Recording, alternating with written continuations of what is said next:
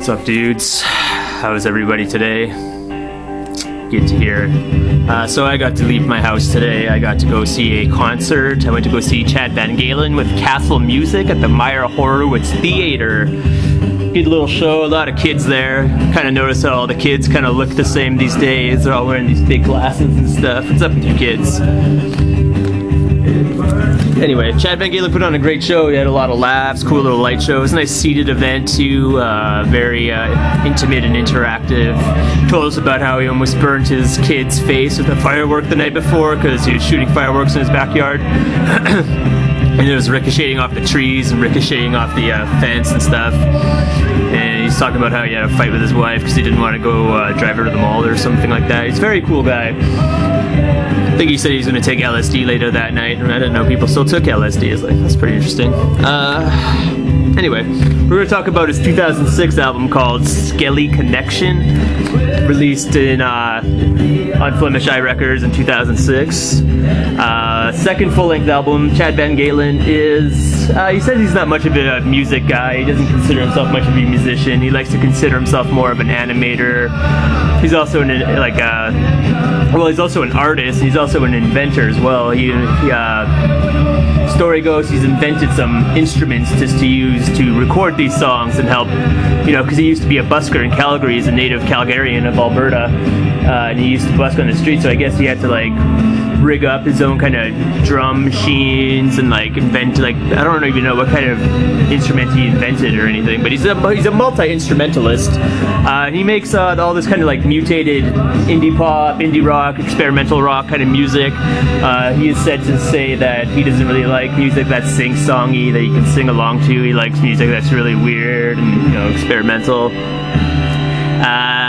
So alongside of not really being much of a music guy, he does attack a variety of musical genres quite fearlessly. He'll try to tackle, like, you know, there's a little bit of metal on here, some country, some folk, a little bit of freak folk too. He tries to dabble in electronica a lot on here too. There's a lot of fractured, broken sounding, crazy sounding, like very mellow, very, I don't know what kind of electronica it is. Very charming though. And of course there's like his rock and roll songs. He's got a very emotive voice and evocative lyrics. The lyrics on this album especially deal a lot with like broken hearts and deal a lot with fantasy situations like cities in the clouds and like it's raining lava. And he also, like, even on his newer album Soft Airplane, he still has like a little bit of a fascination with death. He'll talk about ghosts leaking out of the grave and trying to get to the surface so they can ghost around. Talk about skeletons and resurrections. And, like, he has all this kind of morbid imagery. It's kind of like scary and depressing, but the way he sings it and in the context of his songs, it comes off very kind of charming and a little, it kind of disarms it a little. It's very, very unique. I like his describing words and stuff. He's done all the artwork for his album too. Like, he painted this cover, some guy in a forest. The album's actually held like this, but I guess that's a self-portrait there. I'm not sure. Maybe that's somebody else. He's got a picture of Native American guys waving this red stick around, scaring some birds, I guess is all he's doing. What is he holding there? Looks like a shield. Who knows? Leave the birds alone.